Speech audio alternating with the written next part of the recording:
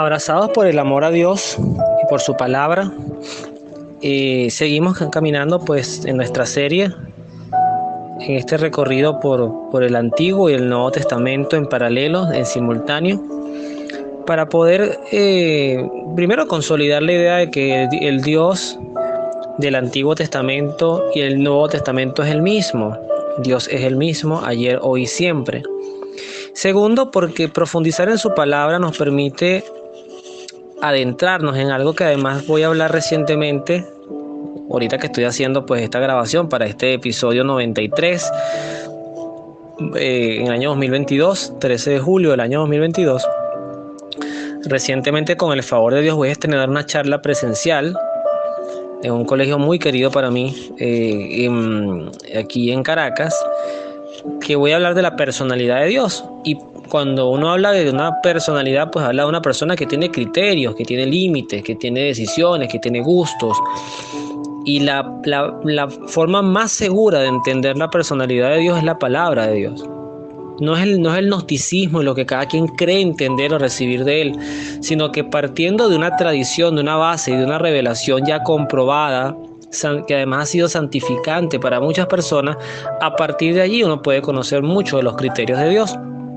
Entonces es sano, sin prisa, pero es sano hacer un caminar sostenido por la palabra de Dios. No es sano hacerlo solo, eso también debo decirlo. Yo hago un ejercicio a veces solo, pero trato de acompañarlo escuchando buenas prédicas de personas que te explican la palabra de Dios. No es sano ponernos a leer la Biblia por nuestra cuenta y además sacar nuestras propias conjeturas. Por eso la Biblia tiene un pie de página que también es bueno leer. A veces no es del todo claro, debo decirlo, depende de la traducción, pero te permite también poner en la balanza lo histórico, lo poético, lo filosófico, sin que nada, y esta parte es importante, sin que nada en la palabra de Dios se entienda como una mentira.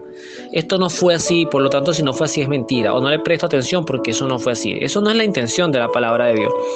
La palabra de Dios no es un libro histórico, aunque habla de historia, pero no es solo un libro histórico, no es un libro que se centre a tener precisión en los hechos. Pero es que la propia historia no es precisa. La historia siempre va a depender de quien la cuente. Si usted tuviera, por ejemplo, tenemos creo que cada vez quedan muy menos, ¿no? Deben quedar muy pocos sobrevivientes del holocausto nazi, pero cada quien, dependiendo de la experiencia que vivió allí, al sobrevivir aquella tragedia del siglo XX, una de las cosas más espantosas que además mancha la historia de la humanidad,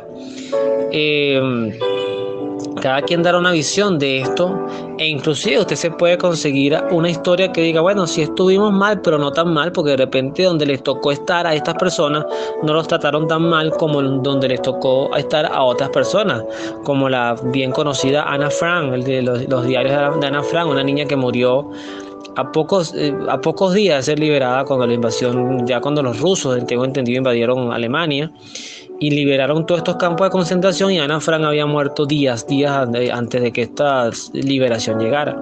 Y fue una niña que se presume sufrió muchísimo entre el hambre y la sequedad. Entonces la historia también también tiene mucho de subjetividad. Pero bueno, repito, todo lo que está en la palabra de Dios es verdad, inspira, habla, define lo bueno, lo malo, marca un camino. Hoy vamos a hablar de dos pasajes muy corticos. Uno es Jeremías, porque seguimos recorriendo a este profeta directo, preciso, explícito, además con una pobreza física, material muy aguda, pero con una potencia en las cosas que decía. Fue el profeta que tocó no solamente predecirlo, sino vivir los dos destierros que tuvo el pueblo de Judá en dos momentos distintos, y además esa promesa de los 70 años, que a los 70 años volvería, y hay que verle la cara a 70 años. A mí me destierran ahorita con 40 años y me dicen que vamos a volver a Venezuela a los 70 años, ya yo no voy a estar vivo. Ya yo tendría 110 años, y es demasiado poco probable que yo esté vivo para ese. Entonces, claro, esto marca una generación total, uno o varias. como lo que fue el Éxodo, que salió una generación, pero llegaron los nietos, los bisnietos de toda esa gente que salió de las tierras hacia la tierra prometida, de Egipto hacia la tierra prometida, las tierras de Canaán, que además trajo otras consecuencias que ya las hemos meditado acá. Jeremías, hoy el título es muy bonito, está en el capítulo 10, versículo 23 al 24, es lo que vamos a meditar ahorita, y habla de la oración de Jeremías. Es además un texto muy corto, pero Jeremías en esta oración invoca una intercesión, y cuando lo estaba leyendo me hizo recordar un poquito el Padre Nuestro, esa parte que dice: hágase tu voluntad en el cielo como en la tierra. Hay que ver lo gigantesca que es esa intención, es decirle a Dios que todo lo que ocurre en la humanidad sea siempre su voluntad. Alguien pudiera decir, bueno, si esta oración la hace todo el mundo y sigue habiendo asesinatos, corrupción, trata de personas, etcétera, entonces la voluntad de Dios es que haya el mal. No, la voluntad de Dios nunca transgrede la libertad. Primero el hombre tiene que permitir que Dios entre en su vida, y a partir de un ejercicio muy personal se va construyendo un cambio. De hecho, cuando se fundó el ministerio Abrazando Nuestra Fe, el 13 de junio del año 2009, día de San Antonio de Padua, si no me equivoco, construí un lema que todavía está vigente. De hecho, lo pueden ver en la página de YouTube, y en Facebook también, que dice: decididos a cambiar el mundo porque cada cabeza es un mundo. Y por eso, cuando tú hagas tu voluntad en el cielo como en la tierra, tú, que eres tu propio mundo también, que tienes tus crisis, tus alegrías, tus prosperidades, allí, en ese transitar de la vida, si en ti hay una transformación, ya estamos cambiando un mundo. La evangelización siempre hay que verla desde el individuo, desde el ser. Cada alma ganada para Dios es un triunfo. Quizás no lograremos salvar a todo el mundo, quizás no lograremos que todo el mundo se convierta, pero si en tu cartera de clientes, hablando desde el punto de vista administrativo, llevas una cantidad importante de conversiones hacia el encuentro con Dios, sumando por supuesto la tuya, que también será derivada de otro que también ayudó a tu propia conversión, créeme que Dios te va a decir, como en la parábola de los talentos: vengan, benditos de mi Padre, y gocen de todas las cosas que hay aquí en mi reino, porque 5 talentos te di, me devolviste 10, o porque te di 2 y me devolviste 4.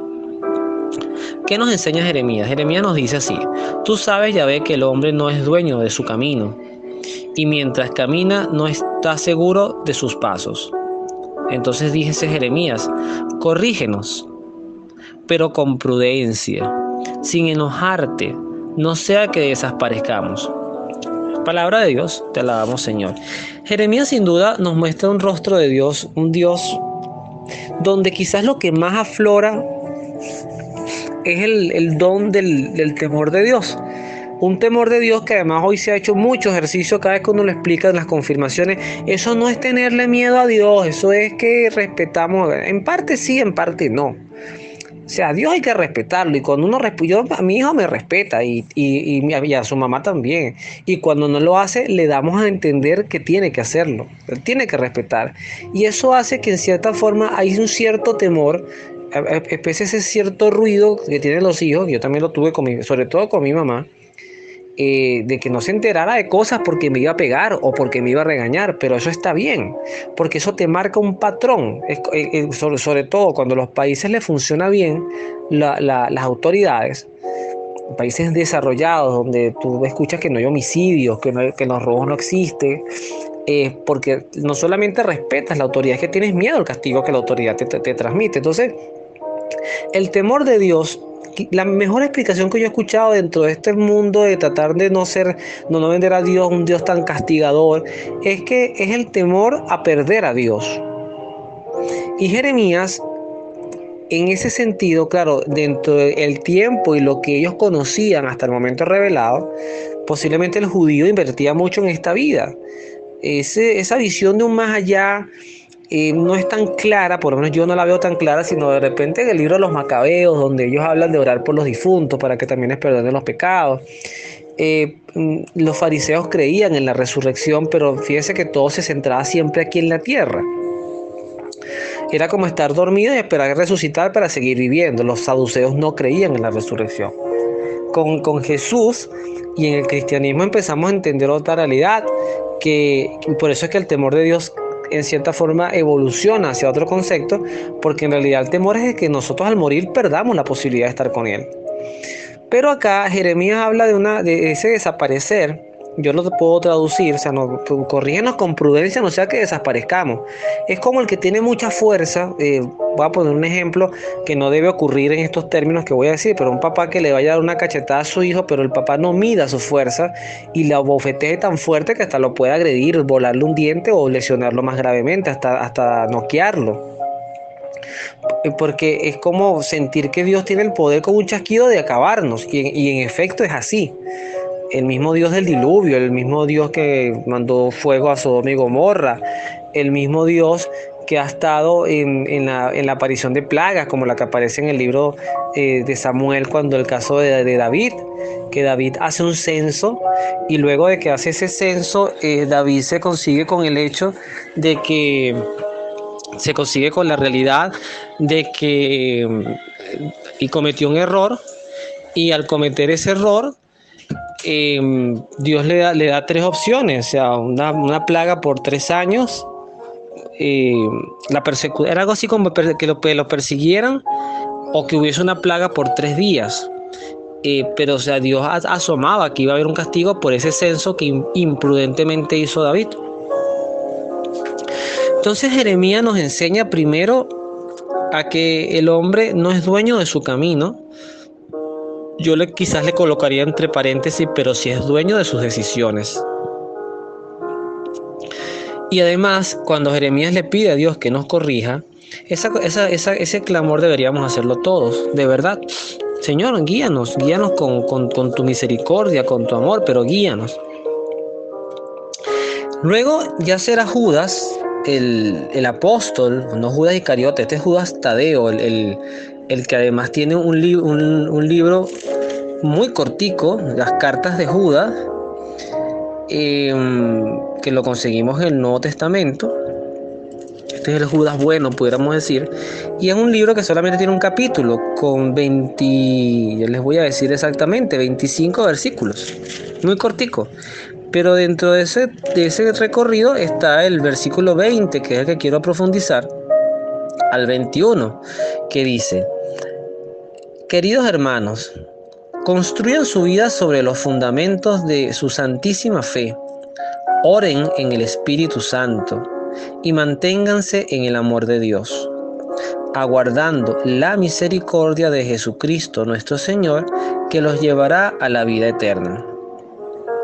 ¿Por qué complemento esto con lo de Jeremías? Porque esta es la fórmula perfecta para vivir en la armonía entre aceptar la voluntad de Dios, pero a la vez en una inyección constante de invocar al Espíritu Santo y que nos llene con sus dones para poder tomar buenas decisiones y poder también ser una buena imagen de lo que nuestra fe necesita. Hay algo que ahorita, antes de hacer esta grabación, pensaba, sin atacar, de verdad que sin atacar, no es mi intención, pero pensaba que si a mí me hubiesen preguntado hace 2 meses cómo veía yo todo este tema de la ideología de género, del aborto, y decía, bueno, el mundo va en barranco, en caída libre hacia eso. Pareciera que es como creo que lo dijo el Papa Emérito Benedicto XVI, que las ideologías pasaban, o sea, agarran sus modas, tienen su momento. Hace unos cuantos años en Venezuela el boom era la santería, y por todos lados tú veías santeros, personas vestidas de blanco, y las tiendas en el centro todas estaban minadas de venta de collares y de estas cosas que ellos usan para sus ritos. Ya hoy no lo ves tanto, eso pareciera que fue un boom y ya pasó. Hace también, cuando yo estaba joven, en mi adolescencia, recuerdo que hubo un boom, además a mí me atrajo ese boom, el tema de los extraterrestres, de los ovnis. Todo el mundo veía ovnis por todas partes, y que el rapto y que no sé qué cosas, salían películas, y yo hasta tenía un librito sobre los ovnis y me apasionó el tema. Pasó, ya muy poca gente, no es que esto desapareció, pasar es que ya no está tan intenso. Y hoy por hoy, el boom que tiene ya unos cuantos tiempos es la ideología de género, el tema del género neutro, bueno, todo el mundo se está metiendo, mucha gente se mete por allí, muchas legislaciones van también por esta línea, pero pareciera que ahorita, sobre todo con el tema de la película Buzz Lightyear y el beso lésbico que aparece en la película, ha habido como una reacción. O sea, es como que en las redes sociales a la gente, sobre todo a los padres de familia, les hubiesen dado como una cachetada y reacciona, y empezó una matriz no religiosa, no católica, a hacer sátiras, a hacer reflexiones, a aparecer sarcasmos sobre estos temas.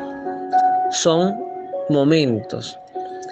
Entonces, uno de los dones del Espíritu Santo es el don de ciencia. El don de ciencia nos enseña, entre otras cosas, a ver a Dios siempre acompañando la historia, y que Dios no ha entregado y no va a entregar los destinos de la humanidad, especialmente los destinos del mundo, al mal. Las ideologías van a pasar, vendrán después cosas diferentes, quizás la tecnología, quizás no sé, la naprotecnología, esta cuestión ahora que todas son androides, robots, no sé si sea el término que se usen, discúlpeme si lo estoy diciendo mal, pero vendrán cosas diferentes, siempre en hacerle contrapeso a Dios, a su verdad. Si nuestra fe sobrevivió a la Ilustración y todo lo que eso derivó de una persecución horrorosa, especialmente en Francia, donde decapitaron a más de 800, decapitaban, no sé si eran más de 800 personas diarias, pero una barbaridad, porque pasó por la guillotina, a sacerdotes, creyentes, plantearon eliminar todo lo que la iglesia enseñaba, crearon una religión nueva, y al final todo eso quedaron secuelas, pero todo eso ya pasó, y nuestra fe sigue allí, al pie del cañón, respondiendo a la promesa de Jesús: ni las fuerzas del infierno podrán contra ella. ¿Cuánto más debemos nosotros confiar en que este mismo Dios va a poder saber guiar nuestra propia vida?